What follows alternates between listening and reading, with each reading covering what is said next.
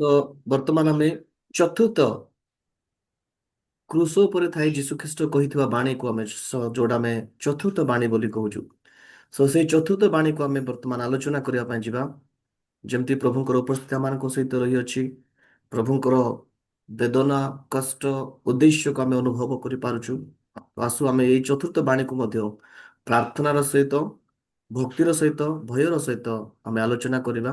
ତେବେ ଚତୁର୍ଥ ବାଣୀ ଆମେ ଦେଖିପାରିବା ପ୍ରାୟତଃ ଦୁଇଟି ପୁସ୍ତକରେ ଲେଖାଯାଏ। ଗୋଟେ ହଉଛି ମାଥ୍ୟୁ ପୁସ୍ତକ 27 ପର୍ବ ତାର 46 ପଦ। ମୁଁ ଆଉଥରେ କହିବି, ମାଥ୍ୟୁ ପୁସ୍ତକ 27 ପର୍ବ ତାର 46 ପଦ। ଆଉ ଗୋଟେ ମାର୍କ ପୁସ୍ତକ 15 ପର୍ବ 34 ପଦ। ମାଥ୍ୟୁ 27ର 46, ମାର୍କ 15ର 34। ଆମେ ଏ ଚତୁର୍ଥ ବାଣୀକୁ ଆମେ ଦେଖିପାରୁଛୁ। ଯଦି ବାଇବଲ ଅଛି, ପାଇଛନ୍ତି, ତେବେ ଦୟାକରି କେହି ବି ଜଣେ ପଢନ୍ତୁ।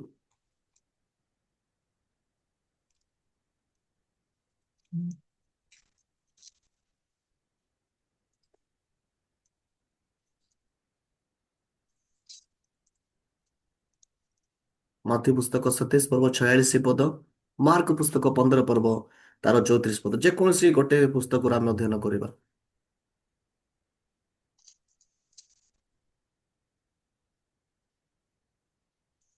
ମାଥ୍ୟୁ 27 ର କେତେ କହିଲେ ସାର୍? 46 46 ପଦ। ମାଥ୍ୟୁ 27 ପର୍ବର 46 ପଦରେ ଏଇ ପ୍ରକାର ଲେଖାଯାଏ। ଆଉ ପ୍ରାୟ 3 ଘଣ୍ଟା ସମୟରେ ଯୀଶୁ ଉଚ୍ଚ ସ୍ୱରରେ ଡାକି କହିଲେ, ଏଲି ଏଲି ଲାମା ସାବକ୍ଥାନି। ଏହାର ଅର୍ଥାତ୍, ହେ ମୋହର ଈଶ୍ୱର, ହେ ମୋହର ଈଶ୍ୱର, ତୁମ୍ଭେ ମୋତେ କାହିଁକି ପରିତ୍ୟାଗ କରୁଅଛ? ଆମେନ୍। Amen। ଏଇଟା ହଉଛି ଆମମାନଙ୍କର ଚତୁର୍ଥ ବାଣୀ। ହେ ମୋର ଈଶ୍ୱର, ହେ ମୋର ଈଶ୍ୱର, ତୁମେ ମତେ କାହିଁକି ପରିତ୍ୟାଗ କରୁଅଛ? ଏହାର ଯଦି ଗଭୀର ବିଷୟକୁ ଆମେ ଯଦି ଆଲୋଚନା କରିବା, ତେବେ ସର୍ବପ୍ରଥମରୁ ମୁଁ ଏଇ କଥା ଜଣାଇବା ପାଇଁ ଚାହିଁବି। ଜହନ ପୁସ୍ତକ 1 ପର୍ବ ଯଦି ଆମେ ତଳକୁ ତଳକୁ ପଢୁଛୁ, ଜହନ ଅତି ସୁନ୍ଦର ଭାବରେ ଯୀଶୁ ଖ୍ରୀଷ୍ଟଙ୍କୁ ସେ ସତ୍ୟ ଈଶ୍ୱର ଭାବରେ ସେ ପ୍ରମାଣିତ କରିବା ପାଇଁ ଚାହାନ୍ତି। ଯୀଶୁ ଖ୍ରୀଷ୍ଟଙ୍କୁ ସେ ସତ୍ୟ ଈଶ୍ୱର ଭାବରେ ପ୍ରକାଶ କରୁଛନ୍ତି। ଯୀଶୁ ଖ୍ରୀଷ୍ଟଙ୍କର ଆଗମନ କଣ, ଯୀଶୁ ଖ୍ରୀଷ୍ଟଙ୍କର ପୂର୍ବ ସ୍ଥିତି କଣ, ଅସ୍ତିତ୍ୱ କଣ, ଯୀଶୁ ଖ୍ରୀଷ୍ଟ ପ୍ରକୃତରେ କିଏ ଅଟନ୍ତି, ଏଇ କଥା ଜହନ ଅତି ସୁନ୍ଦର ଭାବରେ ଲୋକମାନଙ୍କ ସମ୍ମୁଖରେ ପ୍ରକାଶ କରୁଛନ୍ତି। ଆଉ ଆମେ ସମସ୍ତେ ଜହନ ପୁସ୍ତକ ପଢିଛୁ, ଏଥିପାଇଁ ଆମେ ନିଶ୍ଚିତ ଭାବରେ ଜାଣିଥିବା। ଏଥିପାଇଁ ସେ 1 ପର୍ବ 1 ପଦରେ କହୁଛନ୍ତି, ଆଦ୍ୟରେ ବାକ୍ୟ ଥିଲେ, ବାକ୍ୟ ଈଶ୍ୱରଙ୍କ ସଙ୍ଗେ ଥିଲେ, ଆଉ ସେଇ ବାକ୍ୟ ଈଶ୍ୱର ଥିଲେ। ଅର୍ଥାତ୍ ଯୋଉ ବାକ୍ୟ କଥା ସେ କହୁଛନ୍ତି, ସେ ବାକ୍ୟ ପ୍ରକାଶିତ ବାକ୍ୟରେ ସେହି ଜହନ ଲେଖୁଛନ୍ତି। 19 ପର୍ବ ତାର 13 ପଦରେ ଲେଖାଯାଏ, ସେ ରକ୍ତ ନିମଜ୍ଜିତ ବସ୍ତ୍ର। ପୁଣି ତଳରେ ଲେଖା ଅଛି, ତାହାଙ୍କ ନାମ ଈଶ୍ୱରଙ୍କର ବାକ୍ୟ ଅଟେ। ତେବେ ସେଇ ବାକ୍ୟ କିଏ ଅଟନ୍ତି? ସ୍ୱୟଂ ଯୀଶୁଖ୍ରୀଷ୍ଟ ଅଟନ୍ତି। ଆଉ ଯୀଶୁଖ୍ରୀଷ୍ଟ ଆଦ୍ୟରେ ଈଶ୍ୱରଙ୍କ ସଙ୍ଗରେ ଥିଲେ। ତାହାଙ୍କର ଉପସ୍ଥିତି ସୃଷ୍ଟିରେ ଥିଲା, ତାହାଙ୍କର ଉପସ୍ଥିତି ପରମେଶ୍ୱରଙ୍କ ସହିତ ଥିଲା। ସେ ନିଜେ ପରମେଶ୍ୱର ଅଟନ୍ତି, ସେ ନିଜେ ଈଶ୍ୱର ଅଟନ୍ତି। କିନ୍ତୁ ଯଦି ଜହନ 1 ପର୍ବ ତଳକୁ ତଳକୁ ଆମେ ଯଦି ପଢିବା, ଲେଖାଯାଏ ସେ ଦେହବନ୍ତ ହେଲେ ଓ ମନୁଷ୍ୟ ମାନଙ୍କ ମଧ୍ୟରେ ବାସ କଲେ। ଜହନ ପୁସ୍ତକ 1 ପର୍ବ 10, 11, 12, 13, 14 ପଦରେ ଯଦି ଆମେ ଦେଖୁଛୁ, ଲେଖାଯାଏ କି ସେ ନିଜ ଲୋକମାନଙ୍କ ନିକଟକୁ ଆସିଲେ, କିନ୍ତୁ ନିଜ ଲୋକମାନେ ତାହାକୁ ଚିହ୍ନିଲେ ନାହିଁ। ଜଗତ ତାହାଙ୍କ ଦ୍ୱାରା ସୃଷ୍ଟି ହେଲେ, ସେ ଜଗତରେ ରହିଲେ, କିନ୍ତୁ ଜଗତ ତାହାଙ୍କୁ ଗ୍ରହଣ କଲା ନାହିଁ। ଏଥିପାଇଁ ଯିଏ ତାହାଙ୍କୁ ବିଶ୍ୱାସ କଲା, ଗ୍ରହଣ କଲା, ସେ ଈଶ୍ୱରଙ୍କର ସନ୍ତାନ ହେବାର ଅଧିକାର ପାଇଲା। ଆଉ ସେଇ ଫ୍ଲେଶ, ସେହି ଶରୀର, ସେ ମନୁଷ୍ୟ ମାନଙ୍କ ମଧ୍ୟରେ ବାସ କରିବା ପାଇଁ ଆସିଲେ। ସେଇ ସ୍ୱୟଂ ଈଶ୍ୱର, ଯେ କି ଆତ୍ମା, ଯାହାଙ୍କର କୌଣସି ସୀମା ନାହିଁ, ଯେ ଆରମ୍ଭ ଶେଷ ଅଟନ୍ତି, ଯେ କୌ କ୍ଷୟ ଅଟନ୍ତି, ଯେ ଆଲଫା ଓମେଗା ଅଟନ୍ତି, ଯେ ସୃଷ୍ଟି ଆରମ୍ଭରୁ ଥିଲେ, ଯାହାଙ୍କର ଠାରେ ହିଁ ସୃଷ୍ଟି ରଚନା ହେଇଅଛି, ସେହି ପରମେଶ୍ୱର ମନୁଷ୍ୟ ରୂପ ଧାରଣ କରି ମନୁଷ୍ୟମାନଙ୍କ ମଧ୍ୟରେ ସେ ବାସ କରିବା ପାଇଁ ଆସିଲେ। Word became flesh, word became flesh and built among us ଲେଖା ଅଛି। ଅର୍ଥାତ୍ ଶବ୍ଦ, ବାକ୍ୟ ମନୁଷ୍ୟ ରୂପ ଧାରଣ କଲା। ବାକ୍ୟ କିଏ? ଈଶ୍ୱର ଅଟନ୍ତି। ସେଇ ବାକ୍ୟ ମନୁଷ୍ୟ ରୂପ ଧାରଣ କଲା, ଆଉ ମନୁଷ୍ୟ ମାନଙ୍କ ମଧ୍ୟରେ ବାସ କଲା। ଆମେ ଏଇ କଥା ଯଦି ଆମେ ଦେଖୁଛୁ, ତେବେ ପ୍ରଭୁ ଇସ୍ରାଏଲ ଲୋକମାନଙ୍କୁ ନେଇକି ଆସିଲା ବେଳେ, ମିଶ୍ର ଦେଶରୁ ଯେତେବେଳେ ବାହାର କରିକି ଆଣିଲେ, ମଶାଙ୍କୁ କହିଲେ, ହେ ମଶା, ମୋ ପାଇଁ ମଧ୍ୟ ଗୋଟେ ତମ୍ବୁ ନିର୍ମାଣ କର, କାରଣ ମୁଁ ମଧ୍ୟ ଆମ୍ଭର ଲୋକମାନଙ୍କ ସହିତ ମୁଁ ବାସ କରିବା ପାଇଁ ଚାହିଁବି। ଏଥିପାଇଁ ଆମେ କହୁଛୁ ଯେଉଁ ଜାଗାରେ ଦୁଇରୁ ଅଧିକ ଲୋକମାନେ ଅଟନ୍ତି ସେଇ ଜାଗାରେ ପ୍ରଭୁଙ୍କର ଉପସ୍ଥିତି ଅଛି। ପ୍ରଭୁ ମନୁଷ୍ୟମାନଙ୍କ ସହିତ ବାସ କରିବା ପାଇଁ ଚାହାନ୍ତି। ପ୍ରଭୁ ମନୁଷ୍ୟମାନଙ୍କ ସହିତ ସଙ୍ଗତିରେ ରହିବା ପାଇଁ ଚାହାନ୍ତି। ଏଥିପାଇଁ ଆଦ୍ୟର କଥା ଯଦି ଆମେ ଆଲୋଚନା କରୁଛୁ, ପ୍ରଭୁ ଆଦମ ସହିତ ହବା ସହିତ ସବୁ ଗଧୂଳି ସମୟରେ ଆସିକି ସେ ବା କଥାବାର୍ତ୍ତା କରୁଥିଲେ। ସେହି ପ୍ରଭୁ ମନୁଷ୍ୟମାନଙ୍କ ସହିତ ସମ୍ପର୍କ ରଖିବା ପାଇଁ ଚାହାନ୍ତି, ମନୁଷ୍ୟମାନଙ୍କ ସହିତ ବାସ କରିବା ପାଇଁ ଚାହାନ୍ତି। ଏଥିପାଇଁ ପ୍ରଭୁ କହିଲେ, I don't want any material, ମୁଁ କୌଣସି ପ୍ରକାରେ ଗୋଟେ ବା ବସ୍ତୁ ଭାବରେ ଯୋଉ ଗୃହ ନିର୍ମାଣ କରାଯାଇଛି ସେ ଗୃହରେ ମୁଁ ରହିବା ପାଇଁ ଚାହୁଁନାହିଁ। ବଟ୍ ପ୍ରଭୁ କହିଲେ କି you are the temple of God, ତୁମ୍ଭେ ମାନେ ପରମେଶ୍ୱରଙ୍କର ମନ୍ଦିରଟା। ଆଉ ଯୋଉ ମନ୍ଦିରରେ ପରମେଶ୍ୱର ବାସ କରନ୍ତି, ପ୍ରଭୁ ସବୁବେଳେ ମନୁଷ୍ୟମାନଙ୍କ ସହିତ ବାସ କରିବା ପାଇଁ ଚାହାନ୍ତି। ଆଉ ଯୀଶୁ ଖ୍ରୀଷ୍ଟ ଈଶ୍ୱର ହେଲେ ମଧ୍ୟ ସେହି ବାକ୍ୟ ଅର୍ଥାৎ ଯୀଶୁ ଖ୍ରୀଷ୍ଟ ସେ ମନୁଷ୍ୟ ରୂପ ଧାରଣ କରି ମନୁଷ୍ୟମାନଙ୍କ ସହିତ ବାସ କରିବା ପାଇଁ ଆସିଲେ। ମୋର କହିବାର ଅର୍ଥ, ସେ ଈଶ୍ୱର ଥିଲେ, ସେ ଈଶ୍ୱର ଅଟନ୍ତି, Praise ସେ the Lord, ଈଶ୍ୱର sir. ରହିବେ। ସେ ଈଶ୍ୱର ଥିଲେ, ଈଶ୍ୱର ଅଟନ୍ତି, Praise ଈଶ୍ୱର the Lord, ରହିବେ। sir. ଆଜ୍ଞା, Praise the Lord, sir. ପ୍ରେଜ୍ ଦ ଲର୍ଡ। କିଛି ପ୍ରଶ୍ନ? Praise the Lord. ବହୁତ ବଢିଆ କଥା କହିଲେ ସାର୍। Thank you. ପ୍ରଭୁଙ୍କର ମହିମା, ସାର୍ ପ୍ରଭୁଙ୍କର ଗୌରବ, ରାଇଟ୍ ପ୍ରଭୁଙ୍କର କଥା ଗୌରବ। କହିଲେ ସାର୍, ଆମେନ୍, ଆମେନ୍। ସେଥିପାଇଁ ମୁଁ ପ୍ରେଜ୍ the Lord କରୁଛି। ପ୍ରେଜ୍ ଦ ଲର୍ଡ, ଗ୍ଲୋରି ଟୁ ଗଡ୍। ତ ପ୍ରଭୁ ସେ Praise the ଆଗରୁ Lord. ଈଶ୍ୱର ଥିଲେ, ଏବେ ବି ଈଶ୍ୱର ଅଟନ୍ତି, ଆସନ୍ତା ଦିନ ମାନଙ୍କରେ ମଧ୍ୟ ସେ ଈଶ୍ୱର ରହିବେ। ତାହାଙ୍କର ରାଜ୍ୟ କେବେ ସମାପ୍ତ ହେବ ନାହିଁ। ସେହି ପରମେଶ୍ୱର ମନୁଷ୍ୟ ରୂପ ଧାରଣ କରି ମନୁଷ୍ୟମାନଙ୍କ ମଧ୍ୟରେ ଆସିଲେ। ମୁଁ କହିବାର ଅର୍ଥ କଣ? ସେ ଈଶ୍ୱର ଅଟନ୍ତି, ସେ ଆଦ୍ୟରେ ଥିଲେ। ପ୍ରଭୁଙ୍କର ତ୍ରିଏକ ପରମେଶ୍ୱରଙ୍କର ଉପସ୍ଥିତ ସେଠାରେ ଥିଲା। ଆଉ ଯେତେବେଳେ ଯୀଶୁଖ୍ରୀଷ୍ଟ ମନୁଷ୍ୟ ରୂପ ଧାରଣ କରି ଆସିଲେ, ଯୀଶୁଖ୍ରୀଷ୍ଟ କହିଲେ, ତୁମେ ମାନେ ମତେ ଗ୍ରହଣ କରୁନାହ, କିନ୍ତୁ ତୁମମାନଙ୍କର ଯୋଉ ପିତା ଅବ୍ରାହମ ତାଙ୍କୁ ଯୋଉ ଗ୍ରହଣ କରୁଛ, ତାଙ୍କ ପୂର୍ବରୁ ମୁଁ ଥିଲି ବୋଲି କହିବାର ଲୋକମାନେ କହିଲେ, ଏ ଯବାନ ଲୋକ, ଏବେର ଯୁବା ଲୋକ, ଇଏ କେମିତି କହିପାରୁଛି? ପାଗଳ ହେଇଗଲା, ଇଏ ମସ୍ତିଷ୍କ ୟାର ଖରାପ ହେଇଗଲା, ଇଏ ମାନସିକ ସନ୍ତୁଳନ ହରେଇ ବସିଲା। ଏଥିପାଇଁ ସେ ଅବ୍ରାହମ ପୂର୍ବରୁ ଅଛି ବୋଲି କହୁଛି।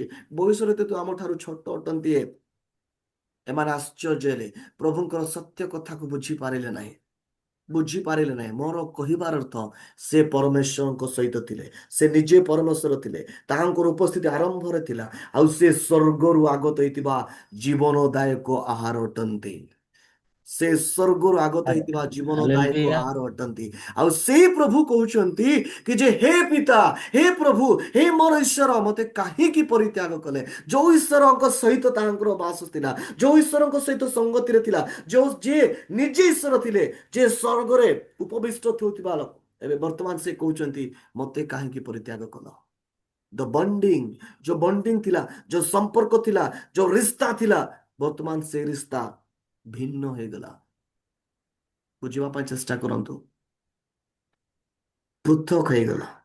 ସ୍ୱର୍ଗରୁ ଆଗତ ହେଇଥିବା ଜୀବନଦାୟକ ଆହାର ବର୍ତ୍ତମାନ କହୁଛନ୍ତି, କାହିଁକି ମତେ ପରିତ୍ୟାଗ କଲେ? ସେ କହୁଛନ୍ତି, ମତେ ପିତା ପ୍ରେରଣ କରିଛନ୍ତି, ମୁଁ ସ୍ୱର୍ଗରୁ ଆସିଛି, ମତେ ମତେ ମୋର ପିତା ମତେ ପ୍ରେରଣ କରିଛନ୍ତି ଗୋଟେ ଉଦ୍ଦେଶ୍ୟ ନେଇକି, ଗୋଟେ ନିର୍ଦ୍ଦିଷ୍ଟ ବିଷୟ ନିମନ୍ତେ, ଗୋଟେ ଲକ୍ଷ୍ୟ ନେଇକି ମତେ ପ୍ରେରଣ କରିଛନ୍ତି। ଆଉ ଏବେ ସେ କହୁଛନ୍ତି, ମତେ କାହିଁକି ପରିତ୍ୟାଗ କଲ? ଏଇ ପରିସ୍ଥିତି ଆସିଲା କାହିଁକି? କାହିଁକି ଯୋଉ ତ୍ରିଏକ ପରମେଶ୍ୱରଙ୍କର ଯୋଉ ବଣ୍ଡିଂ ଥିଲା, ଅଳ୍ପ କ୍ଷଣକ ପାଇଁ ସେଟା ସେପାରେସନ କାହିଁକି ହେଲା? ବାଇବଲ ଯଦି ଆମେ ଦେଖୁଛୁ, ଆମମାନଙ୍କର ସୃଷ୍ଟିକର୍ତ୍ତା ସେ ପବିତ୍ର ଅଟନ୍ତି। ଏଥିପାଇଁ ସେ କେବେ ବି ପାପୀ ଲୋକକୁ କେବେ ବି ଗ୍ରହଣ କରିପାରିବେ ନାହିଁ। ସେ ଧାର୍ମିକ ଅଟନ୍ତି, ଏଥିପାଇଁ ସେ ଅଧାର୍ମିକ ଲୋକମାନଙ୍କୁ ଗ୍ରହଣ କରିବେ ନାହିଁ। ସେ ସିଦ୍ଧ ଅଟନ୍ତି, ସେଥିପାଇଁ ସେ ମାନେ ଅଶୁଚି ଲୋକମାନଙ୍କୁ କେବେ ବି ଗ୍ରହଣ କରିପାରିବେ ନାହିଁ। ତାଙ୍କର ସ୍ୱଭାବ ସେଟା, ସେ ଚାହିଁଲେ ମଧ୍ୟ ଗ୍ରହଣ କରିପାରିବେ ନାହିଁ, କାରଣ ସେ ଆଲୋକ ଅଟନ୍ତି, ଅନ୍ଧକାରକୁ କେବେ ଗ୍ରହଣ କରିପାରିବେ ନାହିଁ। ଯେ ପ୍ରକାର ସେ ଅନ୍ଧକାର ଅଟୋମେଟିକ ପଳେଇଯାଏ। ଯେତେ ଚାହିଁବ ଅନ୍ଧକାରକୁ ଆଲିଙ୍ଗନ କରିବା ପାଇଁ, ତଥାପି ମଧ୍ୟ ଅନ୍ଧକାର କେବେ ବି ଜ୍ୟୋତି ସହିତ ସମ୍ପର୍କ ରଖିପାରିବ ନାହିଁ। ଯେତେ ଅନ୍ଧକାରକୁ ଆପଣାର କରିବା ପାଇଁ ଚାହିଁବ, ସେତେ ଅନ୍ଧକାର ଜ୍ୟୋତି ଠାରୁ ଭାଗିଯିବ। ଠିକ ସେମିତି ପ୍ରଭୁ ପବିତ୍ର ହେଇଥିବା ସକାଶୁ ସେ ଚାହିଁଲେ ସୁଦ୍ଧା ଅପବିତ୍ର ଲୋକମାନଙ୍କୁ ଗ୍ରହଣ କରିପାରିଲେ ନାହିଁ। ଏଥିପାଇଁ ବୋଲି ପବିତ୍ର ଈଶ୍ୱରଙ୍କୁ ଅପବିତ୍ର ହେବାକୁ ପଡ଼ିଲା। ପବିତ୍ର ଈଶ୍ୱରଙ୍କୁ ଅଶୁଚି ହେବାକୁ ପଡ଼ିଲା। ଶୁଦ୍ଧ ପରମେଶ୍ୱରଙ୍କୁ ଅଶୁଦ୍ଧ ହେବାକୁ ପଡ଼ିଲା। ଯେ ଧାର୍ମିକ ପରମେଶ୍ୱର ଅଧାର୍ମିକ ହେବାକୁ ପଡ଼ିଲା। ଆଉ ଯେତେବେଳେ ଅଧାର୍ମିକ ଆସିଲା, ଯୀଶୁଙ୍କର ଜନ୍ମ ପୂର୍ବରୁ ଯେତେବେଳେ ପରମେଶ୍ୱରଙ୍କର ଦ୍ୱାରା ଆସିଥିବା ଦୂତ ସମ୍ବାଦ ଦଉଛନ୍ତି, ଗାବ୍ରିଏଲ ଦୂତ ସମ୍ବାଦ ଦଉଛନ୍ତି, ଦେଖ ତୁମେ ଗର୍ଭବତୀ ହେବ, ଏକ ପୁତ୍ର ସନ୍ତାନକୁ ଜନ୍ମ ଦେବ, ଆଉ ତାହାଙ୍କ ନାମ ଯୀଶୁ ହେବ, ଆଉ ସେ ଜଗତର ସମସ୍ତ ପାପ ଭାରକୁ ନେଇକି ଯିବେ। ଆଜ୍ଞା, ଆପଣଙ୍କ ମୋ ଦ୍ୱାରା ଆମେ ତ ସମସ୍ତେ ପାପୀ ବୋଲି ପ୍ରଭୁଙ୍କ ସହିତ ଦୂରକୁ ଭାଗିଥିଲୁ, ପ୍ରଭୁଙ୍କ ଠାରୁ ଦୂରରେ ଥିଲୁ, ପ୍ରଭୁ ଆମମାନଙ୍କୁ ପରିତ୍ୟାଗ କରିଥିଲେ।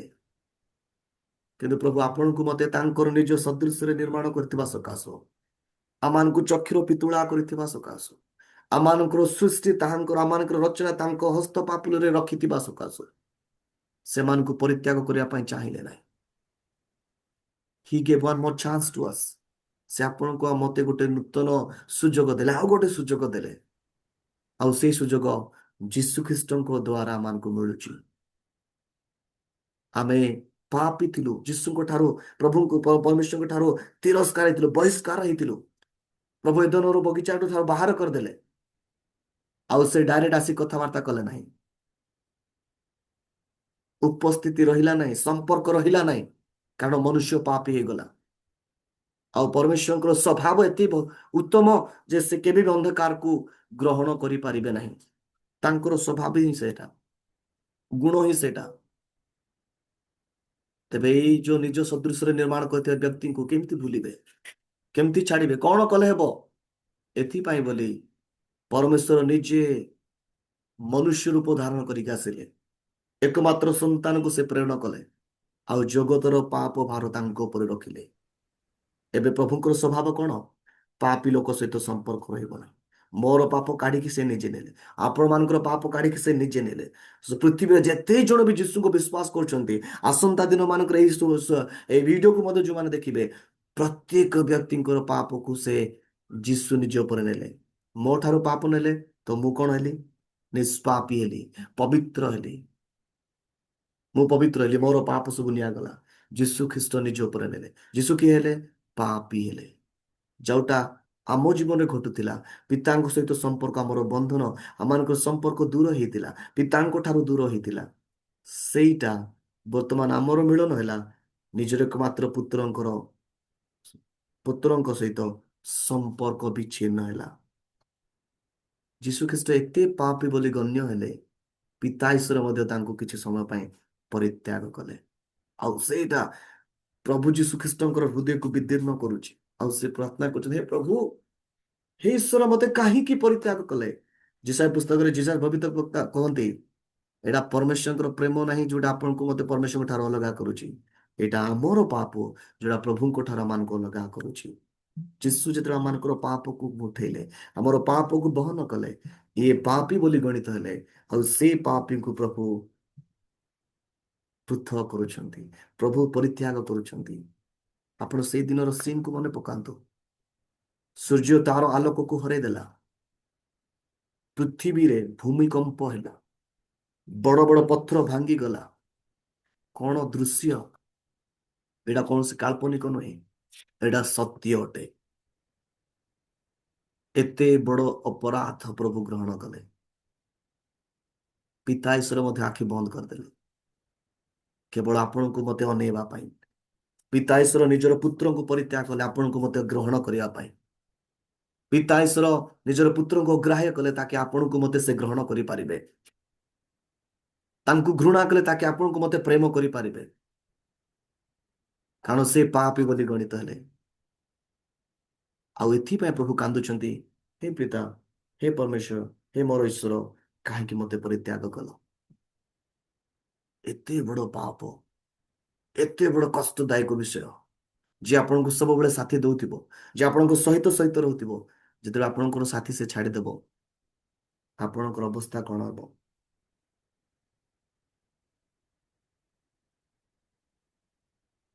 ଏଇ ସୁବର୍ଣ୍ଣ ସୁଯୋଗକୁ ଆମେ କେବେ ବି ହାତ ଛଡା ନ କରୁ। ଆପଣଙ୍କୁ ମତେ ପ୍ରେମ କରୁଥିବା ସକାଶୁ ପିତା ପରମେଶ୍ୱର ନିଜର ଏକମାତ୍ର ପୁତ୍ରଙ୍କୁ ମଧ୍ୟ ପରିତ୍ୟାଗ କଲେ। କଣ ପରିସ୍ଥିତି ହେଇଥିବ ଯେତେବେଳେ ଯୀଶୁ ଖ୍ରୀଷ୍ଟ ପିତାଙ୍କ ଠାରେ ପ୍ରାର୍ଥନା କରୁଛନ୍ତି, ହେ ପିତା ମତେ କାହିଁକି ପରିତ୍ୟାଗ କଲେ? ତାଙ୍କୁ ପରିତ୍ୟାଗ କରୁଥିବା ସକାଶୁ ଆପଣଙ୍କୁ ମତେ ପ୍ରଭୁ ଗ୍ରହଣ କଲେ। ତେବେ ଏଇ ଗୁଡ୍ ଫ୍ରାଇଡେ ଆପଣଙ୍କ ପାଇଁ, ମୋ ପାଇଁ ଏକ ରିଷ୍ଟୋରେସନର ଗୁଡ୍ ଫ୍ରାଇଡେ ହଉ, ପୁନଃସ୍ଥାପନର ଗୋଟେ ଗୁଡ୍ ଫ୍ରାଇଡେ ହଉ, ଏକ ଧାର୍ମିକ ସିଦ୍ଧ ପବିତ୍ର କରିବାର ଏକ ଗୁଡ୍ ଫ୍ରାଇଡେ ହଉ, କେବଳ କଲଚର କଷ୍ଟମକୁ ଫଲୋ କରିବାର ଗୁଡ୍ ଫ୍ରାଇଡେ ନ ହଉ, ପ୍ରକୃତ ଯୀଶୁ ଖ୍ରୀଷ୍ଟଙ୍କୁ ପିତା ପରମେଶ୍ୱର ପରିତ୍ୟାଗ କରିବାର ଅର୍ଥକୁ ଆମେ ବୁଝୁ। ସେ ଆପଣଙ୍କ ପାଇଁ, ମତେ, ମୋ ପାଇଁ ନିଜର ଏକମାତ୍ର ପୁତ୍ରଙ୍କୁ ପରିତ୍ୟାଗ କଲେ ତାକେ ଆପଣଙ୍କୁ ମତେ ସେ ଧରି ପାରିବେ। ବୁଝନ୍ତୁ ଯୀଶୁ ଖ୍ରୀଷ୍ଟ କେତେ ବଡ ପେଡ୍ କରୁଛନ୍ତି, କେତେ ବଡ ବଳିଦାନକୁ ସେ ପ୍ରାୟଶ୍ଚିତ କରୁଛନ୍ତି। ଆମେ ସୌଭାଗ୍ୟର ଲୋକ ଅଟୁ। ଟଙ୍କା ଦେଇଥିଲେ ବି ମିଳିନଥାନ୍ତା, ପୃଥିବୀର ଧନ ସମ୍ପତ୍ତି ଦେଇଥିଲେ ବି ମିଳିନଥାନ୍ତା। ଏତେ ବଡ ସୁବର୍ଣ୍ଣ ସୁଯୋଗ ଆପଣଙ୍କୁ ମତେ ମୁକ୍ତ ଭାବରେ ମିଳୁଛି। ସମୟ ଥାଉ ତେଣୁ ଆମେ ଯୀଶୁଙ୍କର ଗ୍ରହଣ ସଙ୍ଗରେ, ଯୀଶୁଙ୍କ ଠାରେ ଆମେ ବିଶ୍ୱାସ କରୁ କରୁ ପିତା ପରମେଶ୍ୱରଙ୍କର ପରିବାର ସଂଯୁକ୍ତ ହେଇଯାଉ। ଏଥିପାଇଁ ଜହନ 1:12 ଲେଖାଯାଏ, ଯେକୌଣସି ବ୍ୟକ୍ତି ଯୀଶୁଙ୍କୁ ବିଶ୍ୱାସ କରେ ଏବଂ ଗ୍ରହଣ କରେ, ସେ ପିତା ପରମେଶ୍ୱରଙ୍କର ସନ୍ତାନ ହେବାର ଅଧିକାର ପାଏ। ଏହି ଅଧିକାରକୁ ଆମେ ପ୍ରାପ୍ତ କରୁ। ଚତୁର୍ଥ ବାଣୀ, ହେ ମୋର ଈଶ୍ୱର, ହେ ମୋର ଈଶ୍ୱର, ମୋତେ କାହିଁକି ପରିତ୍ୟାଗ କଲ? ଏହାର ଉତ୍ତର, ପ୍ରଭୁ ଆପଣଙ୍କୁ ମତେ ଗ୍ରହଣ କରିବା ପାଇଁ ନିଜର ଏକମାତ୍ର ପୁତ୍ରଙ୍କୁ ପରିତ୍ୟାଗ କଲେ। ତେବେ ଆସୁ ଆମେ ପାପକୁ ତୁଚ୍ଛ ଜ୍ଞାନ କରି, ପାପ ଠାରୁ ଫେରସ୍ତ ହେଇ, ଆମେ ଏଇ ଯୋଉ ଗ୍ରହଣ ଯୋଗ୍ୟ କାର୍ଯ୍ୟକୁ ସଫଳ ମଣ୍ଡିତ କରୁ। ପ୍ରଭୁ ଆପଣଙ୍କୁ ମତେ ଗ୍ରହଣ କରିବା ପାଇଁ ନିଜର ପୁତ୍ରଙ୍କୁ ପରିତ୍ୟାଗ କଲେ।